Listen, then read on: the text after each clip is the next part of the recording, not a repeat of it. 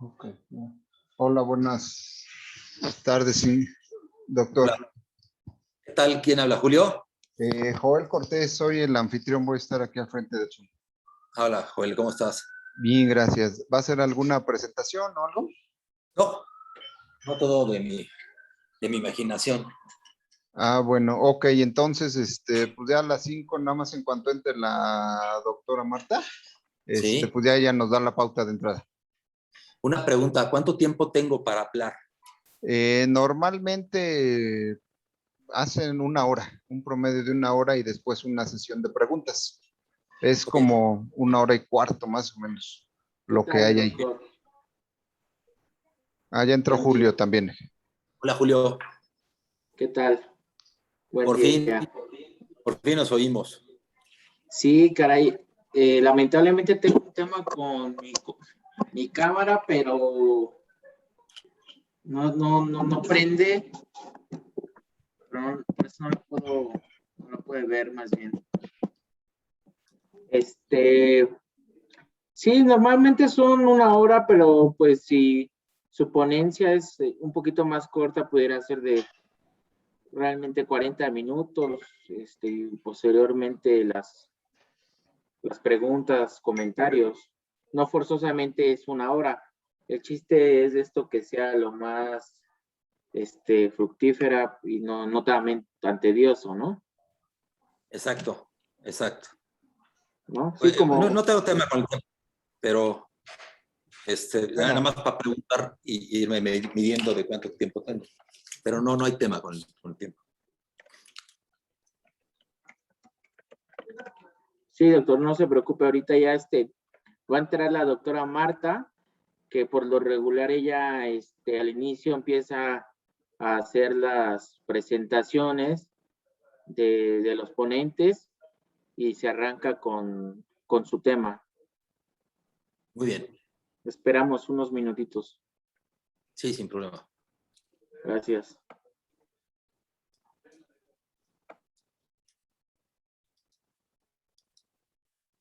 Medio raro esto.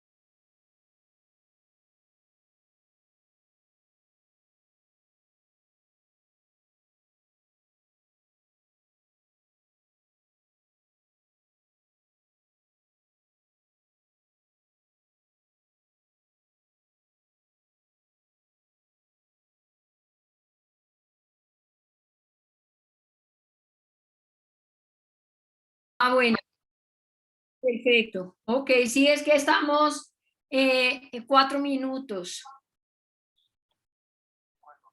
Ok.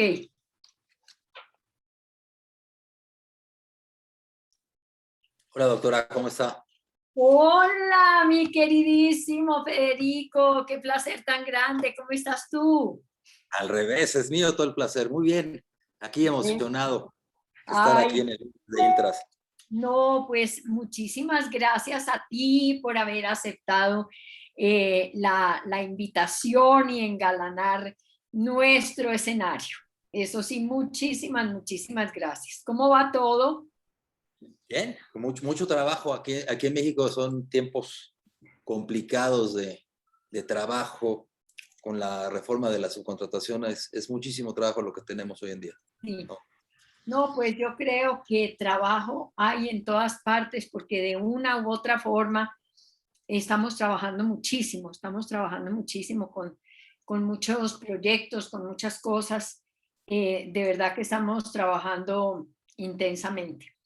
Mira, acabo de hablar precisamente con el doctor Gustavo Ibáñez de la editorial Ibáñez con respecto al libro del primer congreso que ya está saliendo prácticamente de la primera revisión que está haciendo Luz Karime. Ella está a punto de entregármelo.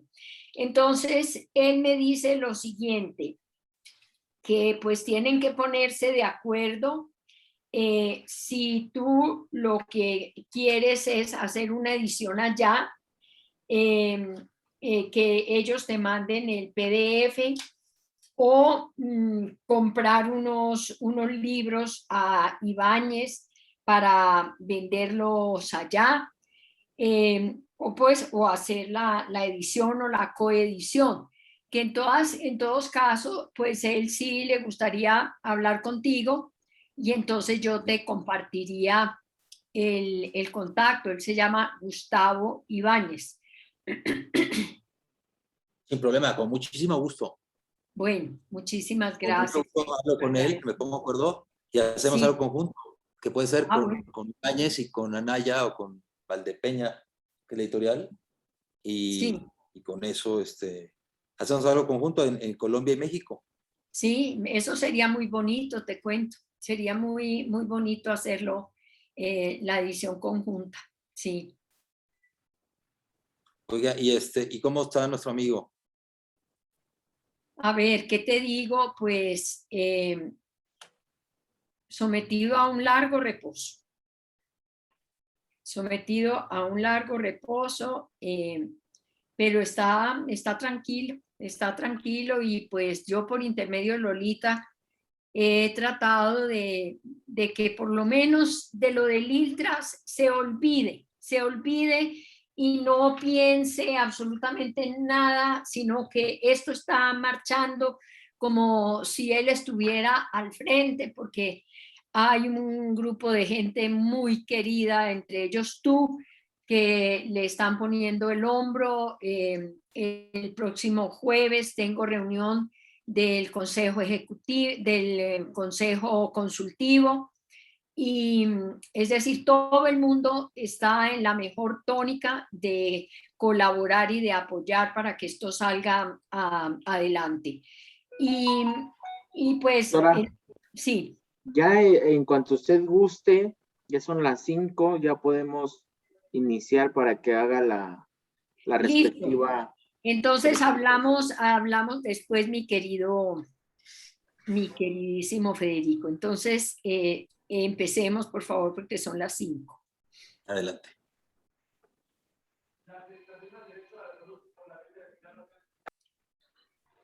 Muy buenas tardes para todos. Este grupo de personas que de una manera tan asidua, con una gran fidelidad por estos lunes el Iltras nos están acompañando. Y sobre todo hoy que tenemos el privilegio de presentar a un distinguidísimo abogado mexicano. Es para mí un verdadero honor presentar al doctor Federico Anaya Ojeda. Su extensísima hoja de vida, que da cuenta de estudios muy profundos en el derecho laboral, con doctorados, postdoctorados, unos cargos muy significativos que ha desempeñado en su ciudad, en su país. Además, columnista de revistas como La Pyme y La PAF, articulista de un diario tan importante como el Excelsior, además autor de diversas obras jurídicas que han tenido grande demanda en Amazon, director general de la revista Laboral, y por sobre todo, y lo que para nosotros es enormemente satisfactorio, es que es miembro del ILTRAS y además es el coordinador de nuestras actividades en el queridísimo país de México. Él ha aceptado la invitación y hoy tendremos el enorme placer de escucharlo en una de sus magistrales intervenciones, y para mí personalmente es muy gratificante porque entre todas las cosas gratas que tengo para contar del querido Federico es que fue compañero mío del curso de Seguridad Social, en donde pues obviamente brilló por sus conocimientos y por el dominio de la materia. No le resto espacio a nuestro queridísimo y brillante expositor de hoy, y este auditorio es completamente tuyo, mi querido Federico. Gracias, doctora. Gracias por generosas palabras. Aclaro nada más que no brillé en la parte de seguridad social porque eso es un derecho que no es laboral. Nosotros siempre en México nos peleamos con los que estudian seguridad social y les decimos, eso no es ni siquiera una parte del derecho que conocemos todos los demás humanos. Eso es una mezcla de fiscal con contabilidad, con algo de derecho de la seguridad social, que es increíble, pero es un mundo muy diferente que no todo el mundo lo entiende. Y yo, como compañeros de ese diplomado, aprendí de usted, ¿no? Y de muchos otros compañeros, que yo no sabía el tema. Sobre todo la parte financiera, que es padrísima. Voy a tratar de hablar con los menos modismos mexicanos, que ya se los conocen muchos de Latinoamérica, pero voy a tratar de hablar en un español muy neutro. Lo primero que me preguntaron es ¿por qué? ¿Por qué se llama así tu conferencia el día de hoy, Visiones y Comentarios al Derecho del Trabajo Mexicano? Y precisamente se llama así por dos obras que quisiera yo decirles el día de hoy. La primera precisamente se llama Visiones del Derecho del Trabajo, en donde coordinan Carlos Ferrán Martínez y Valente Quintana Pineda, dos excelentes laboralistas, y que unen a cerca de 24 abogados diferentes, entre ellos estoy invitado yo, pero muchos de ellos muy brillantes, bueno, todos de ellos muy brillantes, pero muchos de ellos han venido ya al ILTRAS o han estado en el ILTRAS, como por ejemplo nuestro querido doctor Tomás Natividad, ¿no? Luis Monsalvo, Humberto Cavazos y desde luego nuestro querido doctor Arturo Martínez y González, que está presente el día de hoy. Y el otro libro que hace alusión a la conferencia que vamos a platicar el día de hoy, o a esta plática que tenemos el día de hoy, tiene que ver con la Ley Federal del Trabajo, que ha sido comentada en muchas ocasiones, pero que nosotros hicimos unos comentarios específicos sobre dicho tema que hoy vamos a tocar de manera puntual. Esos son dos libros diferentes que hacen nombre a la plática del día de hoy, y con ello iniciamos. Primero, desde luego, hacer una breve referencia a lo que está pasando en México, que ya mucha gente conoce. En el año del 17 se reforma la Constitución, el artículo 123 de la Constitución, y con motivo de ello se desaparecen las juntas de conciliación y arbitraje, que eran las autoridades administrativas que se encargaban de resolver los conflictos laborales y dictar laudos en materia laboral. Y en su lugar se suplen por tribunales especializados en materia del trabajo, que van a ser los encargados de dirimir las controversias y que pertenecen desde luego al Poder Judicial. En tercer lugar, se crea un centro de conciliación y registro laboral que tiene una doble función. Primero, establecer una etapa obligatoria conciliatoria previa a los procesos laborales, pero además funge como una autoridad monopólica para registrar y administrar los contratos colectivos de trabajo en todo el territorio nacional. Y además, desde luego se trata de materia federal, y además la creación de centros de conciliación como una instancia previa a los procesos laborales. En ese sentido, tenemos que después del febrero del 17, que se reforma la Constitución, se reforma el 1 de mayo de 2019, el Día del Trabajo, se reforma la Ley Federal del Trabajo. Y toda esta parte de la Constitución se pasa a la Ley Federal del Trabajo, más otros temas más de los que estaremos platicando el día de hoy. Lo importante de este tema es que en México vamos a tener dos tipos de derechos diferentes, dos tipos de procesos diferentes en una misma tiempo. Es decir, dentro de los próximos 4 años o 5 años o 6 años, vamos a tener un derecho adjetivo ante los tribunales y además vamos a tener el derecho anterior ante las juntas de conciliación y arbitraje, porque la reforma laboral que fue publicada en el 19, el 1 de mayo del 19, no ha entrado en vigor del todo. Es decir, la parte adjetiva tiene una etapa de transición de esta reforma laboral y se prevé que para el año del 2023 se haga toda esta transición. Pero los juicios que iniciaron con anterioridad ante las juntas de conciliación y arbitraje, pues estas juntas de conciliación, desde luego, van a resolver los asuntos hasta que se termine el último que se interpuso ante ellas.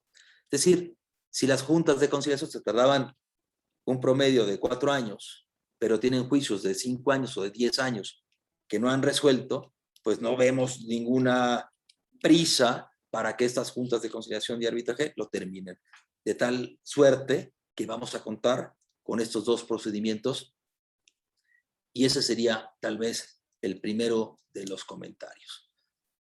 Como ustedes saben, México es el primer país en el mundo que elevó a rango constitucional estas garantías sociales. Precisamente en la Constitución de febrero del 17, esta de la que estoy hablando que se reformó 100 años después. Justamente ahí de viene el mote de que los mexicanos somos los inventores del derecho del trabajo. Algo que no estoy muy de acuerdo que seamos los inventores del derecho constitucional del trabajo, pero sí fuimos los primeros que lo subieron. Eso no sé si sea bueno o malo, ni si se requiere una medalla, pero en realidad así fue la historia y en muchas partes del mundo conocen a México como los inventores del derecho constitucional. Desde luego quedó regulado en el artículo 123, este artículo 123 tan importante. Y se le dieron potestades a los estados para legislar en materia laboral a partir del 17. Posteriormente, pues esta facultad que se le dio a los estados para legislar en materia del trabajo se pasa al Congreso de la Unión y se expide la primera Ley Federal del Trabajo. Y esta primera Ley Federal del Trabajo pues, nació en 1931 y esa Ley Federal del Trabajo estuvo vigente 39 años hasta que fue reemplazada por la ley del 70, la del 1 de mayo del 70. Esta ley del 70 de la que estamos platicando es la misma que tenemos el día de hoy con todas sus reformas que ha vivido. Es decir, no hay una nueva ley para el trabajo en México, es la misma ley, pero ha sido reformada de manera constante. Desde una reforma procesal en la década de los 80 hasta la clasificación de días de descanso obligatorio para agregar fines de semana largos en homenaje a la Constitución del 17, a Benito Juárez y a la Revolución Mexicana, que ahora descansamos los lunes. Por alguna razón, la ley del trabajo permaneció inerte, quizás porque la realidad superó el derecho positivo y el derecho vigente, quedó inmerso en una fantasía que nos condenaba, desde luego, a volvernos seres del pasado, seres atávicos. Las cuestiones que realmente importaban,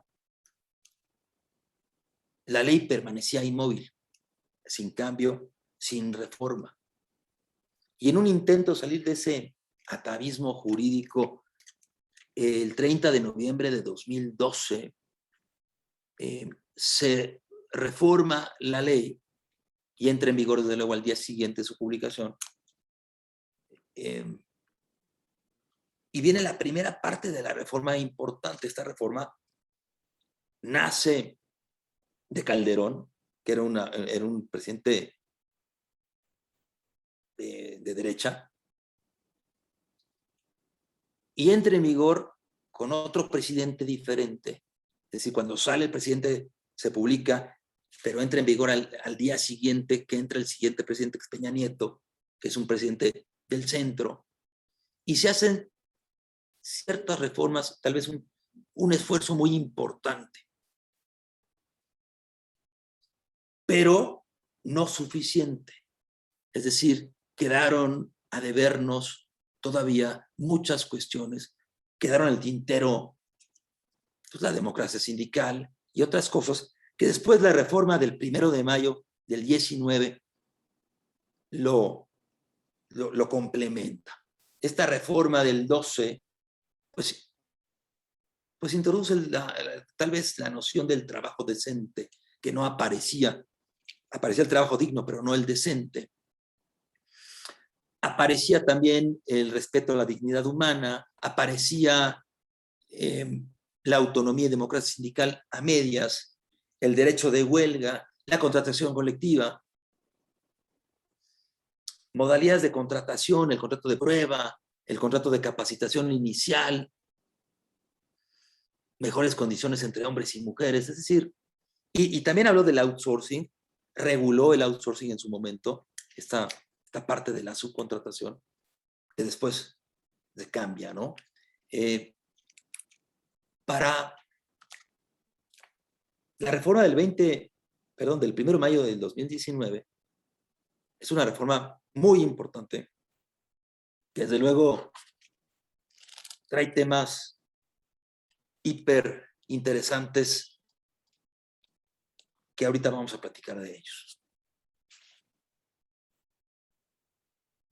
La reforma del 19 es un tema a corto plazo, porque yo supongo que no es una reforma que vaya a quedar como está. El punto es que después de mayo del 19 han habido 6 reformas diferentes posteriores a esta reforma integral, y seguramente vamos a tener más reformas en lo que viene de este periodo extraordinario de sesión, lo que queda del año y principios del año que viene. Uno de los puntos o de los temas interesantes de los que vamos a platicar es la parte del teletrabajo. Vamos a hablar la parte de plataformas digitales, la reforma a la subcontratación, los avisos de rescisión de contrato, la parte de la inclusión y la parte de la lactancia. Estos creo que son temas muy interesantes que nos van a dar para platicar todo el tiempo al respecto. Primero, que nada hablemos de la carga probatoria. Ese es el primer punto que quiero tratar. En todos los derechos, como ustedes saben, el que afirma un hecho lo tiene que probar. En el derecho al trabajo no funcionó así por la inversión o la reinversión de la carga probatoria, que tiene que ver con dos cosas importantes. Primero, que el trabajador es el económicamente débil. Y segundo, que el patrón o el empleador está más cerca de los elementos para poder probar las cosas. Entonces, cuando un trabajador demanda un despido injustificado, como le decimos en México, pues no es el trabajador quien tiene que probar que fue despedido, es el empleador quien tiene que demostrar que no lo probó de manera originaria. Pero con el paso del tiempo y con la ayuda de la jurisprudencia, se hizo toda una Biblia de jurisprudencias, tomos y demás, para regular la figura del ofrecimiento del trabajo.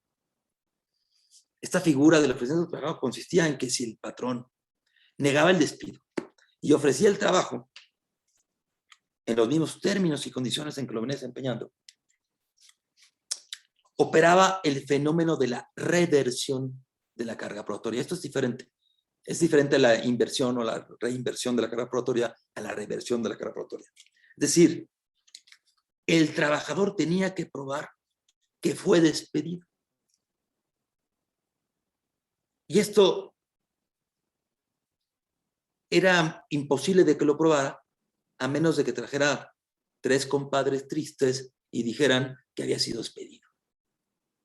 Y los testigos, si tú quieres basar, y lo dice el juez Copoleta, que nos está viendo, si tú dices que quieres ganar un pleito basado en testigos, pues que Dios te bendiga y te persinas, porque un abogado que basa su defensa en una testimonial es un abogado que tiene el 90% de probabilidades de perder el asunto. La reforma del 19 cambió con todo esto.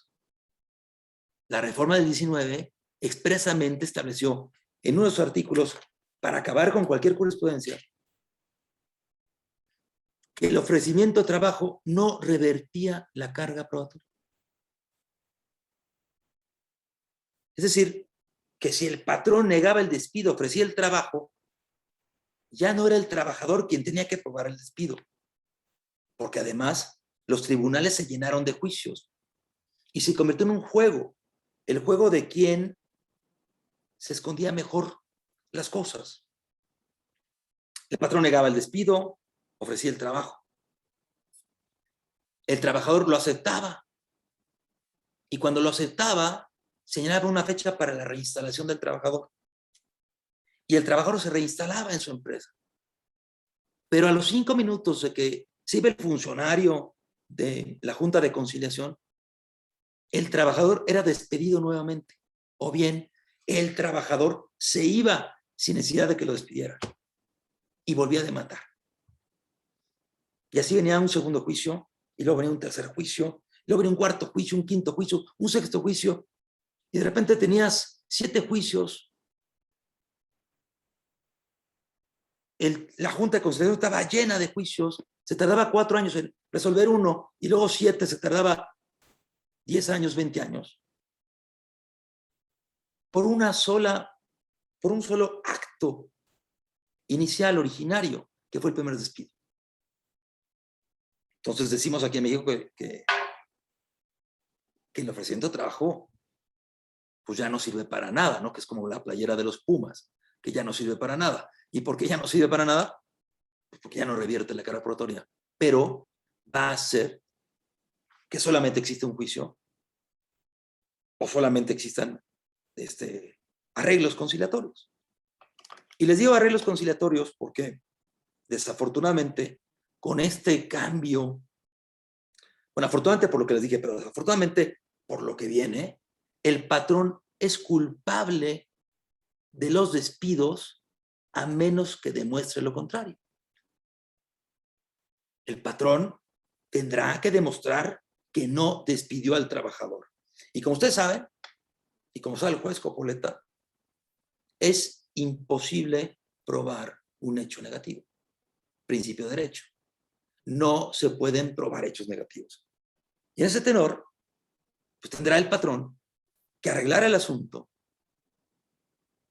de una manera económica. Tendrá el patrón que demostrar a través de un hecho positivo y tercerizarlo. Es decir, no lo despedí porque renunció y demostrar que renunció. No lo despedí porque estaba en otro lugar y demostrar que así fue. Y esto ocasionó dos problemas y oportunidades para el patrón que le dio la propia legislación. El primero tiene que ver con el aviso de rescisión del contrato. Antes del 12, si no se entregaba el aviso de rescisión de contrato, el despido era injustificado. Después del 12, si no se entregaba el aviso de rescisión de contrato, el despido era nulo. Después del 12, si no se entregaba o si no se entrega el aviso de rescisión de contrato, la separación es injustificada. Entendámoslo bien, porque son tres cosas totalmente distintas. La primera, el despido es injustificado. Es congruente con lo que dice la Constitución y es congruente con lo que dice la ley. Por despido injustificado, un trabajador tiene derecho a que le paguen su indemnización de 3 meses de sueldo, más 2 salarios vencidos, o que lo reinstalen en su empleo. Despido injustificado. Después del 12, entre el 12 y el 19, se le cambia la redacción y se dice, si no entregas el aviso, el despido es nulo. Con una problema, como dicen los gringos. Una problema importantísima. El despido nulo no es una figura que se maneja en el derecho mexicano del trabajo. El despido nulo lo tenemos en Argentina, lo tenemos en España. En México no existe, ni ha existido jamás en la vida. La nulidad del despido. Tenemos la figura de la Constitución, los 3 meses o la reinstalación, pero no tenemos la nulidad del despido. Y afortunadamente lo quitaron, se dieron cuenta que no había eso en nuestro derecho, y lo cambiaron a partir del 19, si no entrega el aviso al patrón, la separación es injustificada. Pero le agregaron algo bien importante. Salvo prueba en contrario, en donde el empleador demuestre que el despido fue justificado. Así lo dice la ley. ¿Qué quiere decir esto? Que no obstante no se entregue el aviso de rescisión de contrato, el empleador podrá acreditar a posteriori las causas de la rescisión del contrato o que el despido fue justificado. Así tenemos el caso del alcohólico, el chofer que lo encontraron en estado de ebriedad. Y el alcohólico llegó borrachito, llegaron por él, otro señor que lo iba a reemplazar, y resulta que el reemplazador también estaba alcoholizado. Y el patrón se da cuenta que están alcoholizados los dos, y en ese momento los echa. No hace el aviso de rescisión de contrato, por lo que se supone que existió una separación injustificada. Pero, a posteriori, cuando contesta la demanda, ya entre un juez, ya en un presidente de Junta de Conciliación, ante un juez, ya puede demostrar, en contrario, que el despido fue justificado, aún sin haber entregado el aviso de rescisión. Y eso es uno de las herramientas que le dieron al patrón, quitándole este jueguito de negar el despido, ofrecer el trabajo, le entregan esta llavecita para que pueda demostrar que el despido fue justificado. La segunda llavecita que le entregan tiene que ver con terminar con el conflicto antes de que empiece.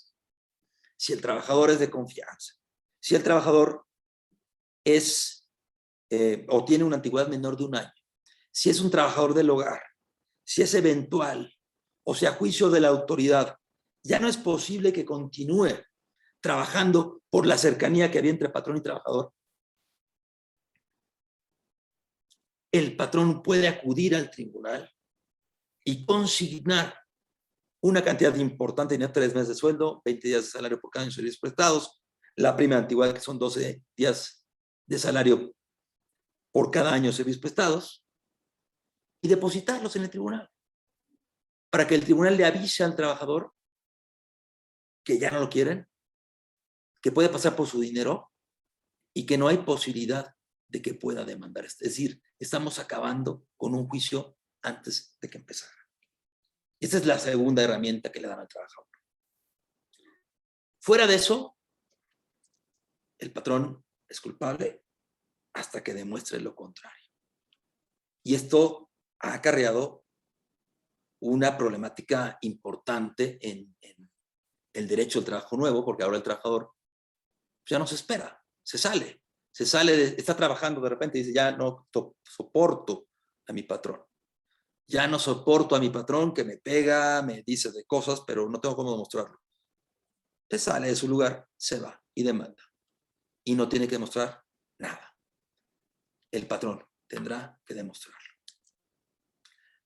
Para los que defienden trabajadoras, pues está increíble. Para los que defienden patrones, están pensando en formas alternativas, apostándole a la contratación, apostándole a la desvinculación cuando se vaya y apostándole, desde luego, a la conciliación. Terminar los asuntos antes de que empiecen. Luego, pues, fuera de estos dos, en México hemos estado viviendo un momento tan fuerte que ha requerido solidaridad y entendimiento entre los mexicanos. Vivimos y seguimos viviendo este punto álgido de la pandemia. El coronavirus.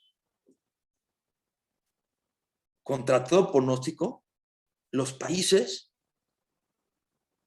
hemos sobrevivido. Los países hemos buscado herramientas para darle vuelta a esta pandemia. Fuerte crisis económica, conllevó quedarte en casa, conllevó cerrar empresas, conllevó perder empleos, además de perder gente querida. Hemos tenido un gobierno que decidió tomar cartas en el asunto y no declarar una contingencia sanitaria que hubiera permitido que los empresarios pagaran 30 días de salario a sus trabajadores. Y yo creo que lo hizo bien. Esta solución impidió que se fueran a la calle infinidad de personas. Pero jamás imaginó tampoco el gobierno que esta crisis iba a durar 1 año, 2 años, 3 años y lo que nos falte. Y en ese camino tuvimos que traer, hacer e inventar soluciones. Soluciones que permitieran a las empresas sobrevivir y que el trabajador no se fuera tan rápido a su casa con las manos vacías. Los empresarios buscamos mecanismos para sobrevivir. Algunos patriotas pagaron los salarios durante todo el tiempo de la pandemia. Otros solamente lo hicieron por 1 mes. Y lo malo es que la emergencia sanitaria duró más de 1 mes. Muchos mexicanos murieron en el camino. Trabajadores, empresarios, a fin de cuentas, personas. Las empresas también se murieron. Y poco a poco nos hemos estado recuperando de este golpe. El gobierno distinguió las empresas en esenciales, en no esenciales, y prohibió la continuación de todo trabajo hoy en México estamos en semáforo verde. Y digo yo, en semáforo verde sandía. Porque es verde por fuera, pero rojo por muerto. Porque seguimos teniendo una infinidad de contagios. La gente se vacuna, pero no toda la gente se vacuna.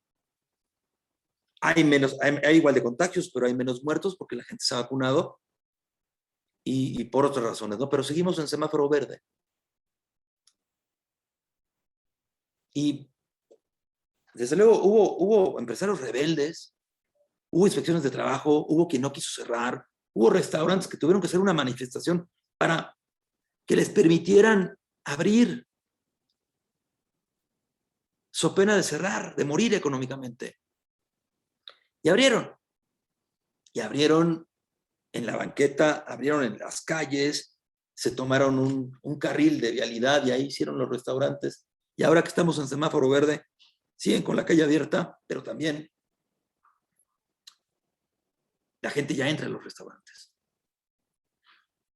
Y dentro de este panorama álgido del que les estoy platicando, sobresalieron dos tipos de trabajos en México.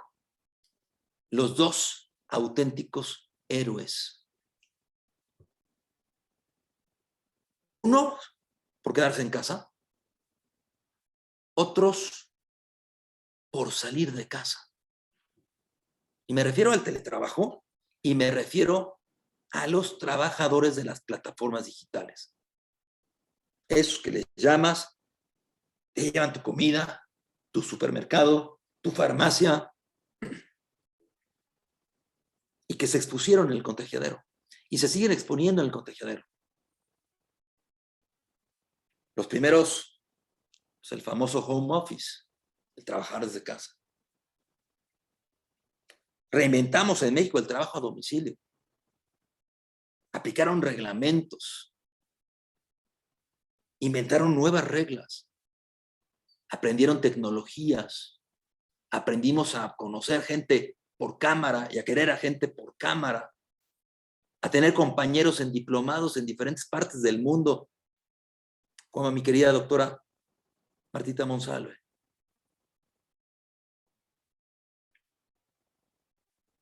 Legislamos en materia de teletrabajo. Presentamos nuevas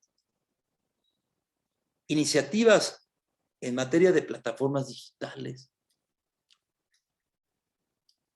Y es lo que les decía, fuimos o somos considerados los inventores del derecho constitucional del trabajo, pero somos los últimos que legislamos en América Latina en teletrabajo.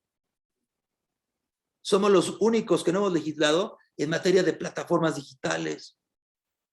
Somos los últimos que vamos a legislar en materia de lactancia y de inclusión en el trabajo.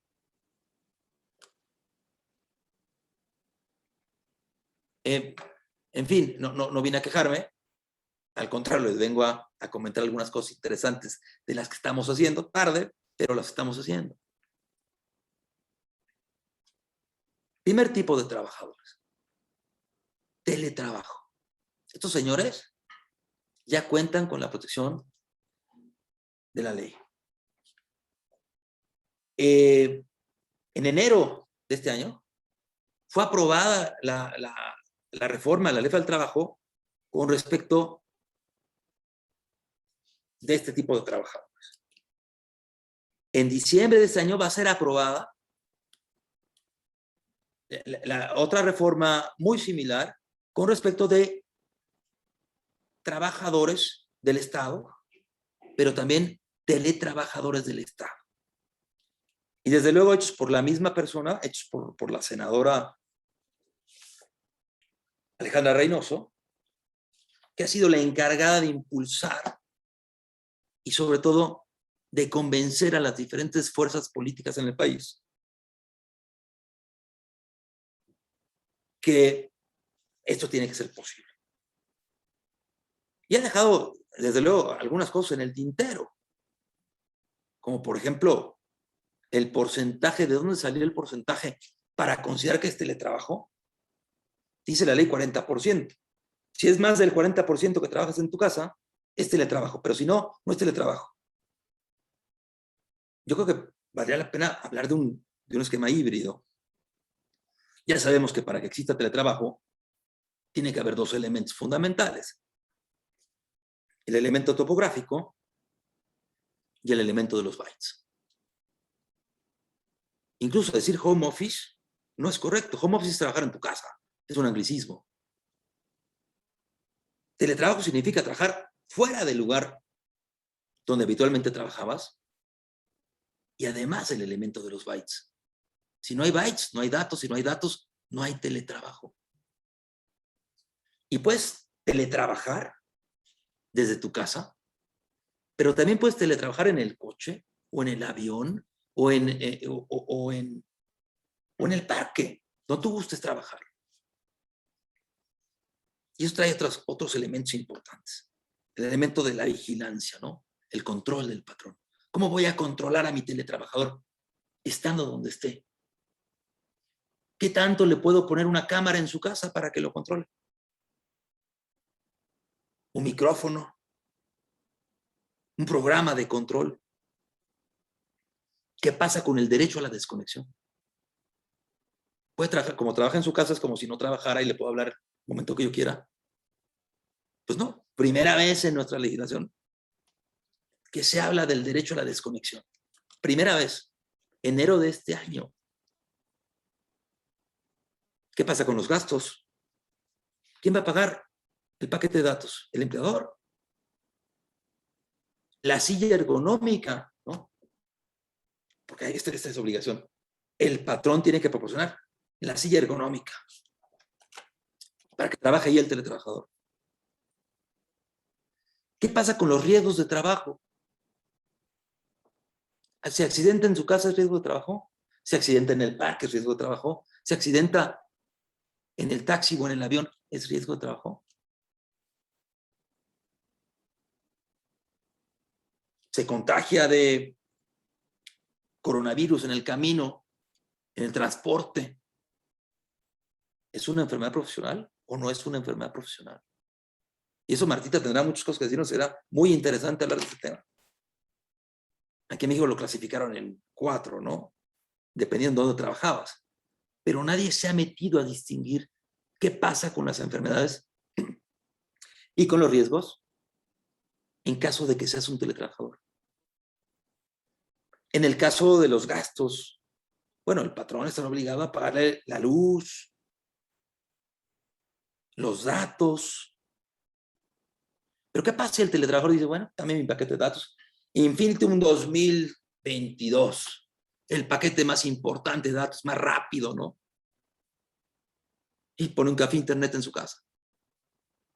Y ahí tiene un chorro de clientes, muchísimos clientes en su casa con su café internet. Y usa el internet que le pagó el patrón. Y lo paga el patrón y él hace su negocio. O con él viven su esposa, su prima, su hija, sus otros 2 hijos, el perico, el perrito, el vecino.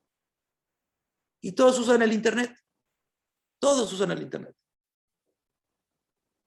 Y el patrón lo paga. O él trabaja, ella trabaja, el hijo trabaja y todos tienen un paquete de internet que le paga el patrón. A eso no hemos llegado, ¿no? Y el otro problema que yo vislumbro de esta modificación a la ley es esta reversibilidad del teletrabajo. Es decir, el teletrabajo es opcional y cuando el trabajador lo solicite puede regresar otra vez a la parte presencial. ¿Quién va a querer regresar a una parte presencial? O a menos que extrañes a tus compañeros de trabajo. Bueno, habrá gente que sí, yo prefiero trabajar en la oficina. Y la otra es que la entrada en vigor de la reforma del teletrabajo dice, es voluntario salvo causa de fuerza mayor. ¿Y qué creen? El coronavirus, la pandemia, es una causa de fuerza mayor. Entonces, la obligación de pagar los celulares o los datos, la obligación de la silla. Como es una emergencia por causa de fuerza mayor, declarada así por el gobierno, pues no hay obligación al día de hoy de cumplir con ninguna de las obligaciones que marca la ley. Y entonces letra muerta hasta que lleguemos a semáforo verde. Bueno, ya llegamos a semáforo verde, verde sandía, como les dije, pero ya estamos en semáforo verde en algunos estados de la República Mexicana. El otro punto que quiero platicarles tiene que ver con los trabajadores de plataformas digitales.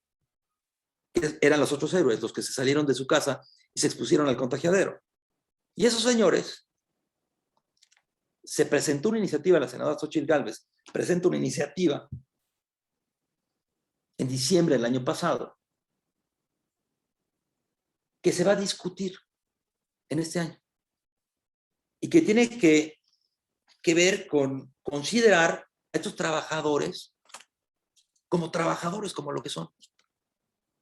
Que resulta que hay algunos inteligentes, entre comillas, que dicen que este tipo de personas no son trabajadores, son asociados. Claro que hay muchos matices, ¿no? Los choferes, los que son dueños, los que no son dueños, los que tienen herramienta propia. Pero en general, el repartidor, el que va a un restaurante, recoge un pedido, lo lleva, es un mensajero. Y lo hemos dicho en otros foros. Si tú le quitas la parte animada, la parte de la tecnología a las relaciones de trabajo, ¿en qué lo conviertes?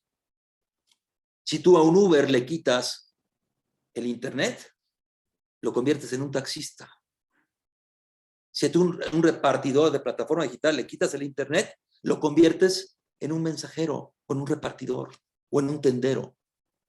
Y esos sí están protegidos por el derecho del trabajo. ¿Por qué si le agregas el elemento del teléfono, lo pierdes?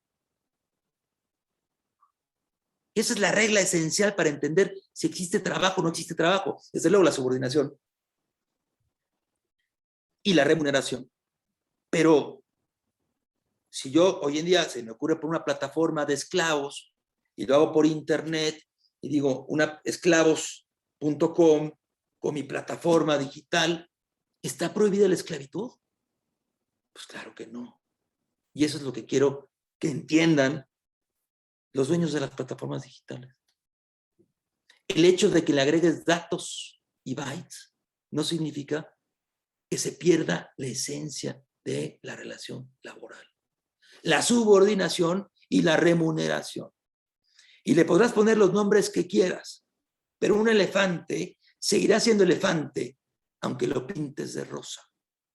Y un trabajador seguirá siendo trabajador aunque le cambies el contrato y quieras que parezca otra cosa.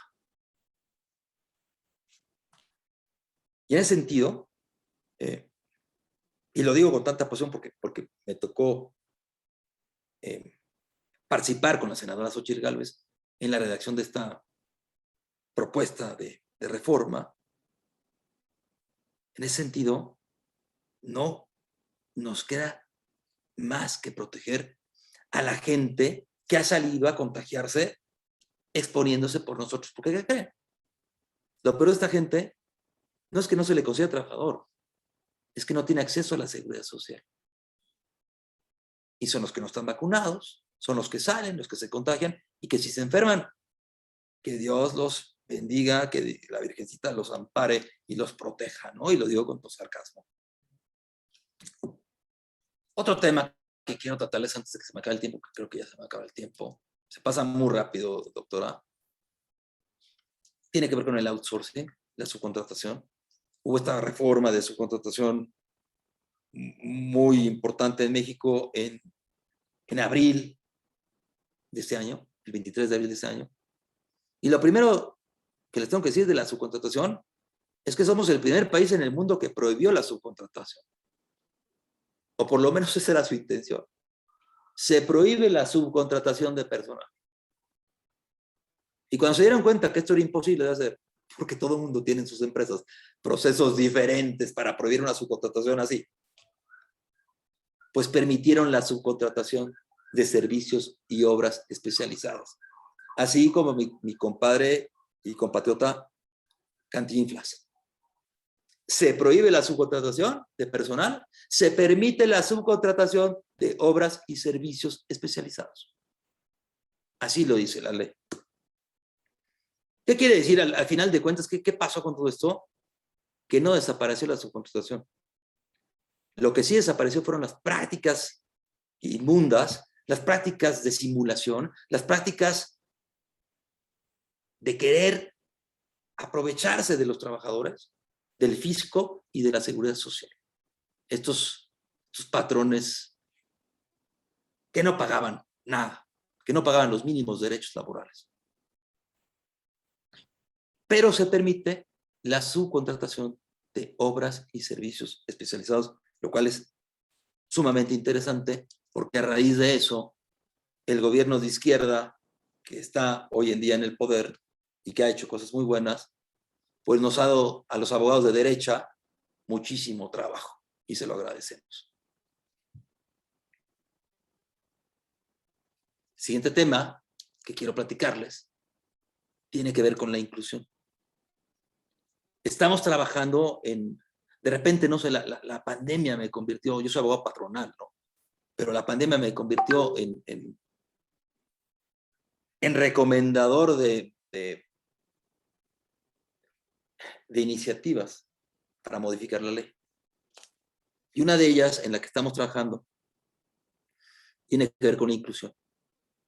Ya hay dos iniciativas, una presentada a principios de año y otra que se va a presentar esta semana o la semana que viene, que tiene que ver con una cuota obligatoria para incluir a personas con discapacidad en las empresas a partir de 50 o de 20 o de 100, depende de la iniciativa que sea. Pero no solamente eso es importante, es decir, sí es importante obligar a las empresas, por lo menos al principio, a que contraten ciertas personas con discapacidad. Y cuando hablo de personas con discapacidad, hablo de todos los tipos de abanicos de discapacidad. Hablo de las personas con discapacidad motriz, de las personas con discapacidad visual, con discapacidad auditiva, con discapacidad intelectual y con discapacidad psicosocial. Son los 5 tipos de discapacidades que existen. Y todas ellas pueden pertenecer a una fuente de trabajo. Lamentablemente no nos vemos en esos zapatos hasta que no tenemos a alguien muy cerca que esté en esos zapatos. Y no tenemos que llegar a eso. Tenemos que incluirlos en las empresas. Y no solamente la parte de incluirlos, sino también concientizar a las personas. Esa parte de la empatía, esa parte de la capacitación a las personas, tanto a los trabajadores con discapacidad y a los empleadores que los van a tener. Y no es una inversión muy grave si el gobierno se pone las pilas y el gobierno se encarga de dar beneficios a las personas que contraten a este tipo de personas con discapacidad. Piensen o pensemos,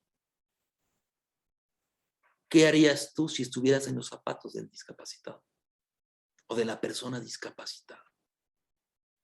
¿Te gustaría que te excluyeran? Los que estamos proponiendo, una cláusula de inclusión. Pero una cláusula de inclusión con medidas importantes, con adecuaciones importantes. No solamente son rampas, No solamente son rampas, porque en México ya tenemos rampas. ¿Desde cuándo? Desde el 12 tenemos rampas. Pero es letra muerta las rampas. Y no es costoso. Tampoco es costoso, tampoco te vas a invertir mucho en ello. Pero imagínate, una empresa de 100 trabajadores, tienes 3. Gente tan valiosa. Se los dejo de tarea. Y por último, estamos trabajando un tema de la lactancia. Desde mi humilde punto de vista, la lactancia no es un derecho de la mujer. Y así lo dice nuestra ley. Capítulo específico de las mujeres. Las mujeres que estén en periodo de lactancia tienen derecho a un periodo, 2 periodos de 30 minutos cada uno para darle de comer al niño o niña. Y puede cambiar, con autorización del empleador, puede pasar esos periodos de media hora al final de la jornada para que pueda salir antes de trabajar, tomar el transporte público, hacer 2 horas a su casa, llegar después de 9 horas a darle de comer al niño, y el niño ya se murió de hambre, señores. El niño está muerto de hambre porque el niño no come cada 9 horas ni cada 7 horas. Es decir, no es un derecho de la mujer de salir antes, no es un derecho de la mujer exclusivo, es un derecho del niño. El derecho a la lactancia es un derecho de alimentos del niño. Y así como estamos tan avanzados y con tanta vanguardia, derechos humanos, derechos fundamentales, matrimonios entre personas del mismo sexo, pues el niño puede tener 2 papás o 2 mamás, o un papá o un tutor, o un primo que le dé el alimento al niño. Claro, de preferencia, yo sé que la leche materna es preferente, y habrá que buscar esa preferencia, pero si no existe esa preferencia, habemos muchos hijos de leche no materna, de fórmula, que puede funcionar. Y creo que en ese sentido, ¿qué hora es? Pues ya muy cerca de la hora. Abro, si quieren, el micrófono para preguntas y respuestas.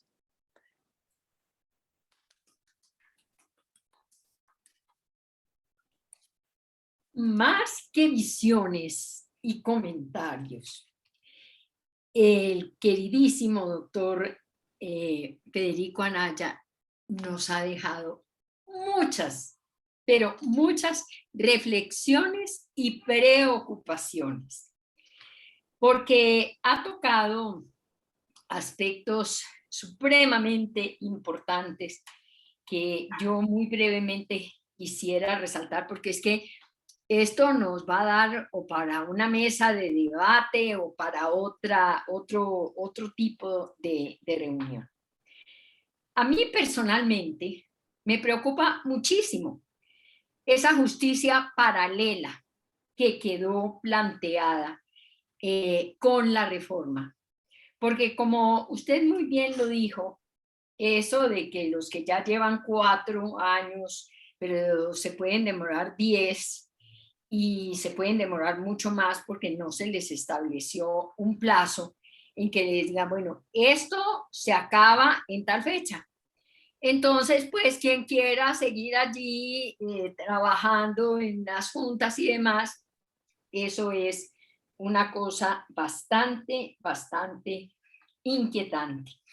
Me gustó mucho esa, digamos, descalificación que le hace a la prueba testimonial. Ave María, si nosotros tenemos que reevaluar esa prueba. Efectivamente, el testimonio es un camaleón muy peligroso. Allí pues hizo anotaciones supremamente importantes a esa figura del despido injustificado y ese símil que hace de la sandía verde, sí que me llamó la atención, ese verde y ese rojo, por una sencilla razón. La gente está convencida que con el olor de la vacuna, la pandemia se acabó. Y resulta que no, porque ya estamos viendo casos de contagios de personas con las 2 y hasta ahora las 3. Entonces se aglomera y realmente allí es donde está el verdadero peligro y contra eso no estamos realmente haciendo nada. Entra al tema del teletrabajo interesantísimo. Y yo recuerdo y alabo la Constitución de Querétaro de 1917 porque es realmente una constitución de avanzada que nos entregó tantas cosas a las constituciones latinoamericanas, cuando allá en su artículo 34 hablaba de el trabajo a domicilio y presentaba la posibilidad de la utilización de medios tecnológicos. Se anticiparon a esa tecnología. Eso es una verdadera maravilla.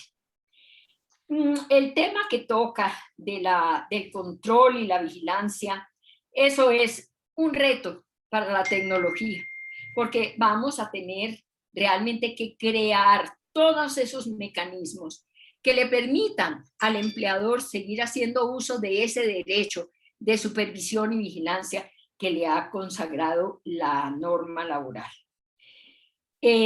Toca el importante tema de las plataformas, pero difícil que es identificar el empleador cuando el domiciliario, y eso lo vemos constantemente, tiene 3, 4, 5 clientes, digamos así, y les reparte a todos los productos, corriendo un peligro gravísimo, porque esas personas, como usted muy bien lo ha dicho, se juegan la vida, pero pueden estar protegidos y afirmar que están protegidos no por los elementos de la relación laboral, porque no son los únicos elementos protectores. Tenemos los derechos humanos, la seguridad social como derecho fundamental. Entonces, sería desarrollar precisamente esa protección para que no queden en el aire.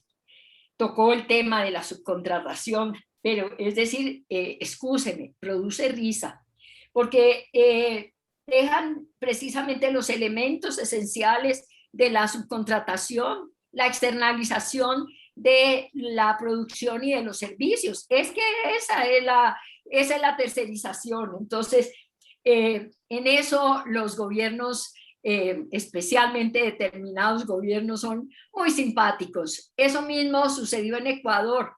Prohibieron la tercerización y resulta que todos los del Estado que pertenecían a la rama de salud estaban tercerizados. Entonces eso sencillamente es casi de risa.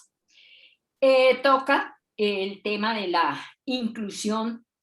Es muy importante. Nosotros lo tenemos y hay un halago tributario para las empresas que vinculan personas que han tenido cualquier pérdida de capacidad laboral. Acogerse precisamente al principio de la solidaridad y es de concientizar.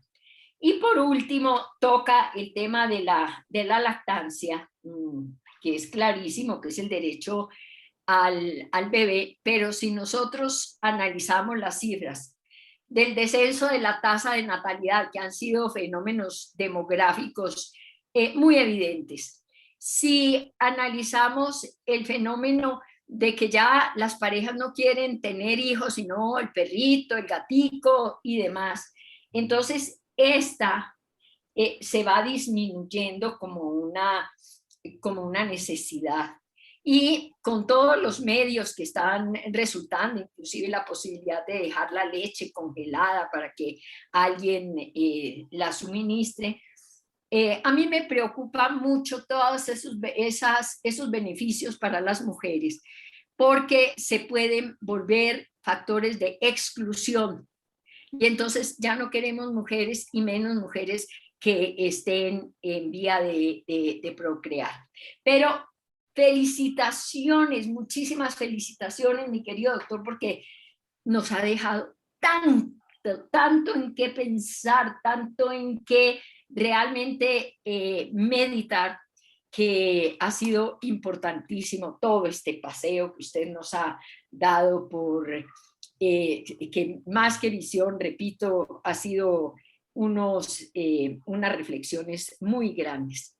Quiero abrir la posibilidad para las preguntas que seguramente están deseosos. Allí veo ya la mano de Sebastián desde Argentina. Él es un juez que nos acompaña siempre en estos lunes del ILTRAS, y además nos acompañó con su conferencia y es el distinguido coordinador del ILTRAS en Argentina. Adelante, Sebastián. Gracias, Marta. Saludo a Marta, a Federico, a todos los que nos siguen por la web. Federico, un enorme placer escucharte y una envidia terrible cómo en exactos minutos lograste tratar profundamente distintos temas, así que muchas gracias por tu exposición. Quiero, si se pone una pregunta porque me quedó dando vueltas en la cabeza el tema de que en México no conocen la nulidad del despido. Quería preguntarle qué hacen respecto al despido discriminatorio, cómo lo tratan a eso. Precisamente, bueno, primero, saludos, señor juez. Para los que nos están oyendo, él es el señor juez del famoso güero que ponemos como ejemplo en todos nuestros casos de discriminación. La parte de discriminación no existía en nuestra legislación hasta la reforma del 19. Ya hay discriminación por embarazo, ya hay discriminación por cualquier cantidad de cosas, pero el despido injustificado por discriminación cuesta exactamente lo mismo que lo que cuesta un despido injustificado por cualquier otra causa. Es decir, no hay una distinción. Me corrieron por estar embarazada. Bueno, pues son 3 meses, 12 días, 20 días, perdón, 20 días, no, 3 meses, 12 días. La única diferencia es que se ha agregado ahora en nuestra legislación que la parte que alegue esta discriminación, ya sea por embarazo, por condición, cualquier tipo de las condiciones, tendrá que demostrar con esta prueba indicial, con indicio suficiente, que realmente pasó esta parte discriminatoria. Y la jurisprudencia, que está encargada de enmendar la legislación, pues ya ha empezado a trabajar en este sentido. Y cuando hay una mujer despedida por embarazo, o hay una mujer, o alguien alega causa de discriminación, ya se juzga con una perspectiva diferente. Caso de la mujer con perspectiva de género, de la mujer embarazada con perspectiva de género. Por ejemplo, ya no había esta reversión de la carga probatoria que platicamos al principio en caso de mujeres embarazadas. Entonces la carga probatoria era del patrón, sí o sí, solamente por estar embarazada. Y también cuando se le da casos de discriminación. También tenemos que hay una fase conciliatoria obligatoria en México, prejudicial, en la que obtienes una constancia de no conciliación, y con esa constancia de no conciliación puedes demandar. Bueno, los que tengan alguna parte discriminatoria, los que se sientan ofendidos discriminatoriamente por algo, se pueden saltar esa fase conciliatoria y se van directamente al juzgado.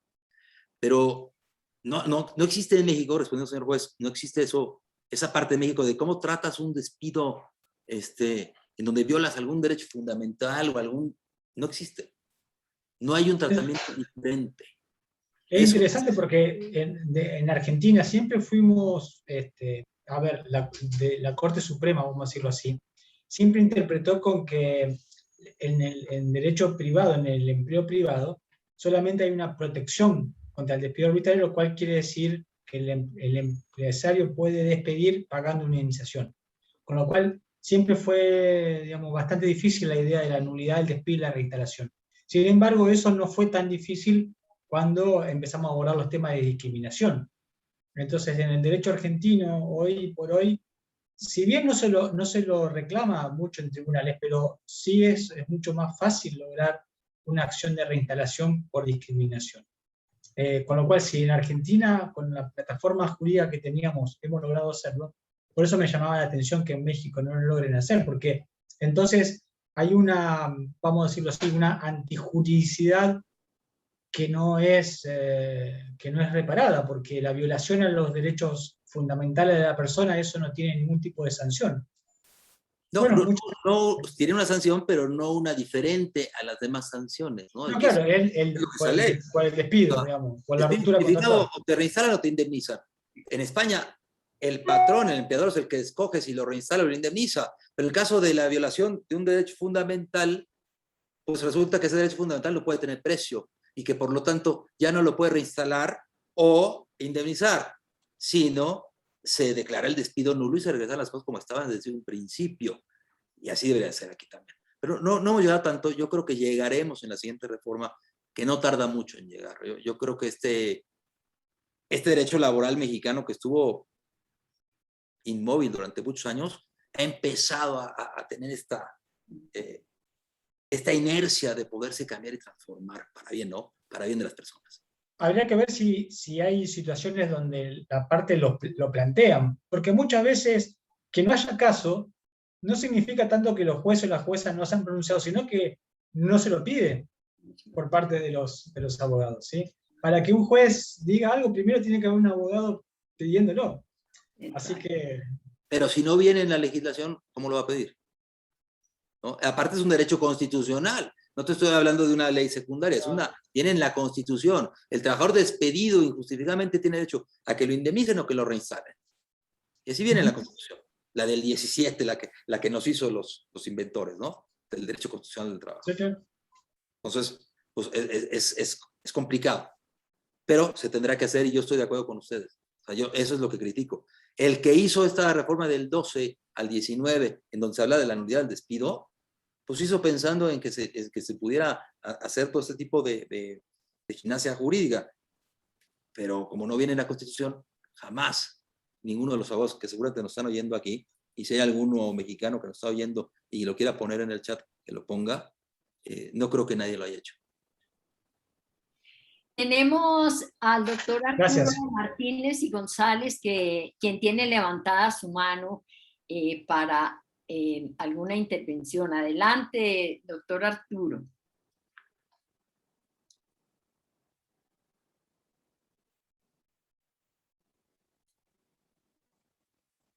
Posiblemente se desconectó. Tenemos no está a doña Ofelia, a Ofelia Santos. Adelante, doña Ofelia.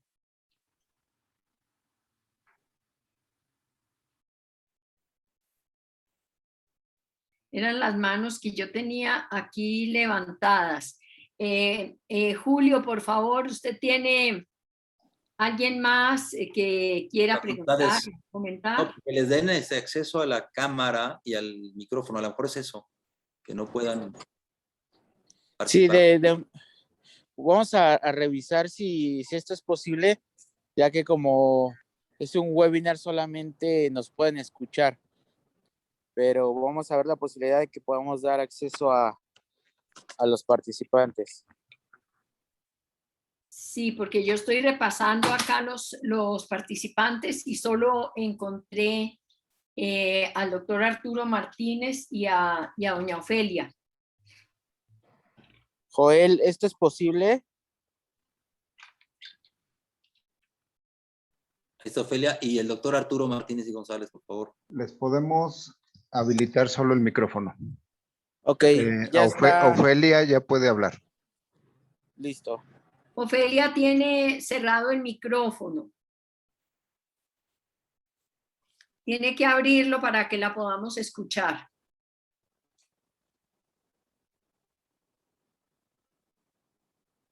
Don Joel, nosotros manejamos el micrófono de doña Ofelia.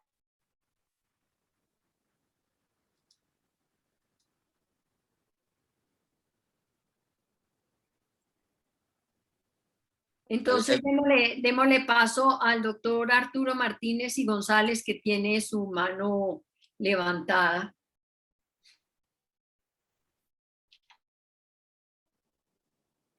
Ya, Ofelia ya puede hablar y nada, faltaría que habilitaran ya puede hablar el doctor Arturo Martínez y González. Hola, doctor Arturo.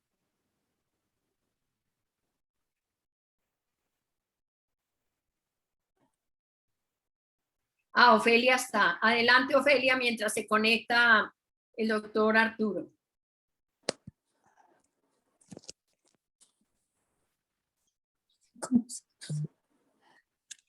Listo. Adelante, doña Ofelia.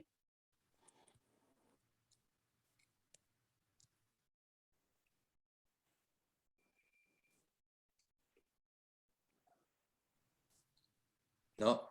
No la escuchamos. Está también doña Ana Gerson, y doña Cintia. Marta, ¿ya me pueden escuchar ustedes? Claro, Claro. ya te escuchamos. Adelante. Gracias, me da mucho gusto saludarte, Marta. Gracias, muy También, amable. también me da mucho gusto saludar al invitado de hoy, un gran jurista mexicano que es Federico Anaya. Muchas felicidades, Federico.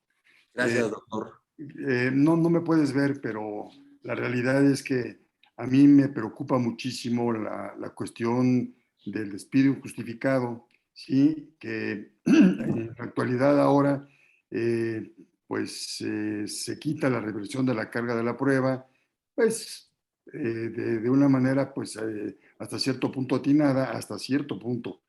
Y se habla ya del despido justificado, del despido injustificado, ¿sí? Y aquí dice que el despido injustificado, el patrón lo puede salvar cuando realmente pruebe en juicio que fue justificado.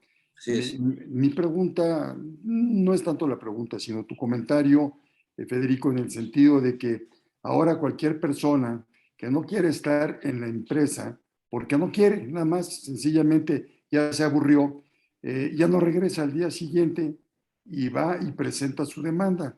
Mi pregunta es, ¿cómo se va a excepcionar el patrón? ¿Para qué? Pues para que no lo lleguen a condenar. Es decir, tendrá que inventar algo. Obviamente no se trata de inventar algo, sino que debe de haber alguna excepción en un momento dado para que pueda defenderse de ese no despido que sucedió en la práctica, pero que el trabajador está alegando como si lo hubiera existido. No sé si tengas un punto de vista sobre el particular. Sí, doctor. Bueno, primero que nada, un gusto escucharlo. De verdad, sabe usted que lo aprecio y lo quiero mucho. Y bueno, ahí tengo un proyecto que tenemos que hacer próximamente, que se lo comentaré a posteriori. Pero yo comentaba hace ratito con la gente del auditorio, con Marta y con Sebastián, pues que hoy en día, como quedó la redacción de la ley del trabajo, el patrón es culpable en el 100% de los juicios. Ya no es el 99% de los juicios, el patrón es culpable. El patrón es culpable de haber despedido injustificadamente a su trabajador solamente porque el trabajador así lo manifieste. Y que, pues con esto, dejan en un estado de indefensión muy importante a los empleadores. Que antes era al revés, antes el empleador negado despido, ofrecía trabajo, revertía la carga probatoria y el trabajador tenía que probarlo y nunca lo probaba, se llenaban las juntas de juicios, 3, 4, 5 juicios diferentes, y eso acabó siendo lo que ya todo el mundo conoce, que ya está desapareciendo. Es decir, no ganaban los juicios, que realmente tenían que ganar los juicios.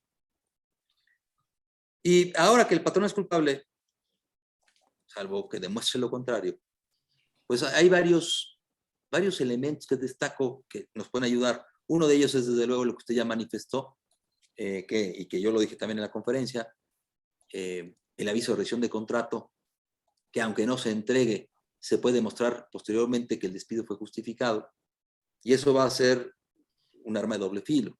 Los empleadores van a tener elementos para demostrar que lo ocurrieron justificadamente, pero también les va a dar pie para inventar y tratar de acreditar inventos ante los juzgadores de causas de rescisión de contrato que tal vez no existieron. La otra es que le van a apostar a la contratación, y en la contratación van a tener todo tipo de contratos diferentes que son permitidos por la ley para que no exista esto, o para por lo menos aminorar que este efecto suceda. El otro es que cuando se vayan, antes cuando, y usted lo sabe, doctor, usted que también defiende patrones, cuando corrías a un trabajador, le decías que te vaya muy bien, vete para tu casa. Y lo llevabas a la puerta de la entrada y le decías, pues ya no regreses y demándame. No nos importaba. Hoy en día, Ofelia, micrófono, Ofelia. Tiene el micrófono abierto, que por favor lo cierre. Dice que Gracias. diga el testigo. Ya está, que diga el testigo. Y hoy en día, pues cuando tú corres a un trabajador, lo llevas a cenar, lo llevas de fin de semana, lo llevas de viaje, pero no dejas que se vaya hasta que no llegue en un arreglo conciliatorio. Luego tenemos una parte prejudicial, y en esa parte prejudicial, que antes entendíamos que íbamos a la parte prejudicial en la Procuraduría de Defensa del Trabajo y acudían los abogados, y si no había arreglo no te importaba, vete a juicio, al fin que duran 10 años los juicios, ¿qué importa? Vete a juicio, no te pago nada, ¿quieres 3 meses de sueldo? No te los doy. Y hoy en día, la instrucción es arréglate en la etapa prejudicial antes de que inicie el juicio, porque si no tienes los elementos para demostrar lo contrario, vas a perder el juicio. Y ya que llegaste al juicio, hay 2 o 3 elementos importantes que están en favor de los patrones. Por ejemplo, las pruebas en contrario. Aun y cuando se ve en rebeldía y lo tengan por cierto, tú puedes ofrecer una prueba en contrario para demostrar que no son ciertos los hechos que se contienen en la demanda, que no hubo despido o que no hubo relación laboral. Y eso lo puedes hacer a pesar de muchas cosas. Pero también puedes ofrecer pruebas en réplica y como patrón en la contrarréplica. Porque la réplica y la contrarréplica, según los criterios de la propia jurisprudencia, integran la litis. Y todo lo que digas en la réplica y contrarréplica lo puedes utilizar y ofrecer un medio probatorio a pesar de que haya pasado en exceso el término del ofrecimiento de la prueba, que ahora con el procedimiento nuevo, los que son de países latinoamericanos, en México, cuando tú ofreces pruebas, lo haces con tu demanda o con tu contestación de demanda. Pero sí puedes seguir ofreciendo pruebas a posteriori, siempre y cuando estén relacionadas con la réplica y la contrarréplica. Y además hay otro elemento que nos puede ayudar muchísimo, que son principios que no existían en el derecho mexicano del trabajo, ¿no? El principio de primacía de la realidad, que ya es totalmente diferente a estos laudos que citaban a verdad sabida de buena fe guardada, que ahora las sentencias también se citan igual, pero el juez está obligado a determinar las cosas con la verdad, no con lo que dice la verdad del expediente, esta verdad formal que es tan fría y tan aciaga, sino con la verdad de las cosas. Y el propio juez se puede dar cuenta de que el trabajador está mintiendo o de que el trabajador le está recomendando a su abogado mentir y que las cosas no fueron así. Y obviamente el principio de inmediación, ¿no? que va de la mano tal vez con este principio de primacía de la realidad, que no existía desde luego en nuestra legislación hasta el 19. Y por ahí, y lo que sigue, doctor, querido doctor, lo que sigue, si no es eso, es persinarse. Es persinarse y ofrecer unos testigos para demostrar lo contrario, ¿no? Sí, yo creo, Federico, muchas gracias. Yo creo que aquí el legislador le quiso apostar mucho a la conciliación y con este tipo de disposiciones, pues el tratar de que la gran mayoría de los asuntos no llegaran a los juzgados para que se detuvieran en la conciliación, ya fuera en casa o ya fuera en los centros de conciliación. Eso para mí es una de las medidas de lo que yo puedo explicarme el por qué se hizo toda esta amalgama de reforma, ¿verdad? Yo lo que sí no estoy de acuerdo es que una persona que no se le haya despedido se diga despedida, ¿sí? Y pues la carga probatoria será del patrón. Eso para mí es una cuestión que puede ser en poco tiempo un detonante abusivo por parte de muchísimos abogados. Entonces, sí creo que aquí sí se debe haber hecho una cosa diferente. Claro, está lo que tú estás diciendo en el sentido de que hay pruebas en contrario, hay una serie de situaciones, pero ya sabemos lo que son las pruebas y sobre todo una prueba ante un juez es muy difícil. Presentar testigos para desubicar es mentira en un momento dado, ¿sí? Y el juez ya directamente, el testigo va a hablar con el juez, va a ser interrogado por el juez y no va a ser tan fácil. Así es que yo Creo que sí, además, doctor, Yo creo que además habría que buscar sanciones fuertes para el trabajador que mienta y para su abogado que mienta. Que hoy en día es reírse nada más de, tú mientes, no importa. Lo más que te pueden cobrar es un día de jornal. Sí, ¿no? así es. Pero, pues, por favor, tenemos un caso en específico en donde el trabajador demanda, el cliente no manda la demanda y se pasa el término de contestarla, entonces la demanda se va en rebeldía. Si no contesta el patrón, pues se tiene por ciertos los hechos que contienen la demanda, entre ellos el despido, salvo prueba en contrario. Y dentro de lo que encontramos, que a la persona que le imputan el despido, el día del despido, se encontraba bronceándose en Acapulco, Guerrero. Estaba tomando el sol en Acapulco, Guerrero, y por lo tanto no pudo estar en la Ciudad de México a la hora y fecha del despido.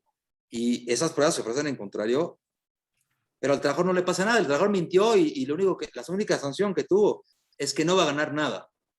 Pero ahí debería estar el brazo fuerte de la ley para sancionar a las personas mentirosas. Y de una vez se acabe con los mentirosos, ¿no? De un lado y del otro, de los dos lados. Sí. Pues muchas gracias, Federico. Le mando un abrazo, querido doctor. Lo mejor del mundo para ti. Gracias, Martita. No, a ti muchísimas gracias por acompañarnos y por tu intervención. Adelante, doña Ofelia.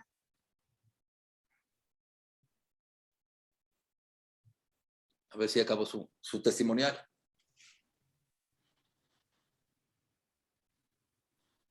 Ofelia, el micrófono de doña Ofelia está cerrado. escribió algo que no se oía, ¿no? Por ahí Sí, yo le escribí que le envié el mensaje que escribiera. Entonces vamos con doña Cintia. Si está con nosotros todavía.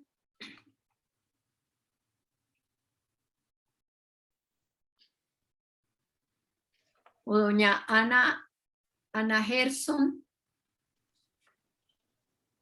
Aunque sea para saludar, querida Anita, porque levantaste la mano por error, pero por lo menos saluda. Anita, hola Federico, hola doctora. Hola, ¿cómo estás? Qué placer. Muy bien, gracias. Bueno, sí, es que estoy ahorita complicada y probablemente marqué pedí la intervención por error, pero bueno, ya que estoy aquí, a ver, ¿qué piensas tú, Federico, de que en algunos países, cuando se ha establecido la conciliación prejudicial de manera obligatoria, ha habido reclamos en el sentido de decir, por ejemplo, los trabajadores, bueno, porque yo tengo que ir a una conciliación obligatoriamente si mi deseo es ir directamente a los tribunales. Me están limitando mi derecho a acudir a los tribunales. ¿Qué piensas tú de eso? Es un muy buen punto. Y también está el otro lado de la moneda. El que la conciliación es obligatoria porque así lo dice la Constitución, es decir, la Carta Magna, y que hay trabajadores que no tienen que seguir este procedimiento de la conciliación. Hay trabajadores que se saltan el procedimiento de la conciliación. Entonces, el primero es, yo no quiero conciliar, y de una vez te digo que no quiero conciliar. Y no tengo por qué agotar un procedimiento que me va a retrasar días, ¿no? Días, porque ya es muy rápido. Es decir, de hecho, así van los trabajadores a los centros de conciliación.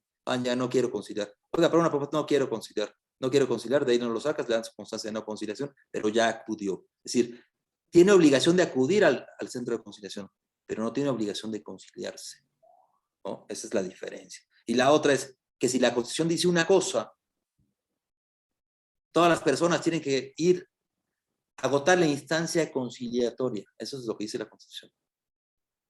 Pero en la ley secundaria, y específicamente en el 685 ter de la ley, te dice cuáles no tienen que agotar la conciliación.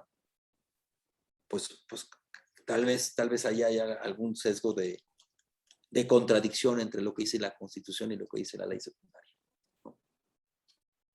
Es lo que yo te digo, querida Ana. Y saludos. Muchas gracias, Federico, y felicitaciones por tan clara y completa exposición. Gracias.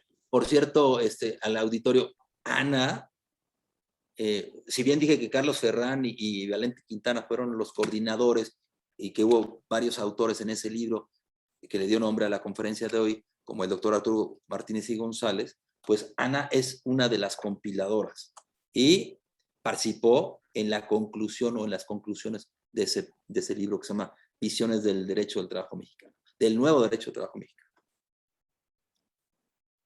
Saludos, Anita. Saludos. Y creo que ya, ¿no? Creo que Ofelia nunca llegó.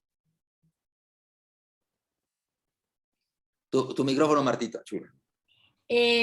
No veo más intervenciones pendientes, entonces cerramos este importantísimo espacio reiterando nuestras felicitaciones en primer lugar a Federico por la excelente conferencia que nos ha dado, a todos los asistentes, su participación, al cuerpo técnico, Julio, don Joel, que nos apoyan siempre, y nuestra solidaridad con nuestro queridísimo presidente, a quien le enviamos toda nuestra energía positiva por una muy pronta recuperación.